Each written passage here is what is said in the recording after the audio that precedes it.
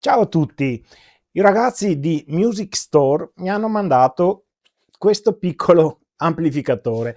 È della Fame, sapete che Fame è il marchio proprietario di Music Store, producono amplificatori anche ben più grossi come potenza e anche chitarre di ottimo livello. Se non conoscete Fame, andate a vedervi la prova di una loro chitarra che ho fatto qualche settimana fa, dove appunto spiego anche da dove deriva la Fame, come nasce e via dicendo. All'inizio era Mayones, erano insieme alle chitarre Mayones che chi le conosce sa bene sono chitarre di alta qualità. Comunque stiamo parlando del piccolo ampli. Questo piccolo ampli non mi aspettavo niente di che, è il solito, ho detto, piccolo amplificatore che suona come una scatoletta, ecco, per cui ho detto va bene, mandatemelo, voglio vedere se suona male, lo dico, insomma, per cui adesso andiamo a sentirlo. Vi posso già dire che per essere un amplificatore così piccolo, che ha un cono da 3 pollici, ci si possono tirar fuori dei suoni interessanti, ma a chi può servire una cosa così che ha 5 watt di uscita e alcune piccole caratteristiche che lo rendono comunque interessante? Allora può servire un po' a tutti, a chi comincia, a chi vuole suonare in camera sua tranquillo. Posso già dirvi che suonando con le cuffie, se avete soprattutto delle buone cuffie, il suono migliora moltissimo, ma non è male nemmeno preso diretto dal cono. Io ho fatto la prova dei suoni utilizzando un microfono abbastanza comune, è un Ryzen che costa una cinquantina di euro, che comunque va bene, e sono riuscito a tirarci fuori dei suoni secondo me interessanti. Chiaramente bisogna tenere sempre conto che è una scatolina, che il cono è da 3, non si può pretendere da questa scatola che suoni come, che ne so, uno Spark o un Katana Mini, perché non è neanche questa la sua vocazione. La sua vocazione è proprio quella di essere un compagno di esercitazione, suonando, non so, alla sera in casa con le cuffie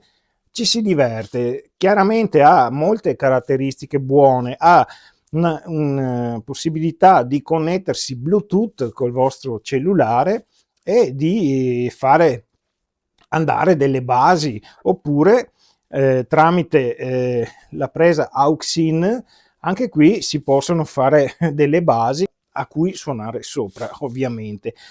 Altre caratteristiche sono buone perché allora ve lo faccio vedere, ma ve lo faccio vedere meglio con una foto.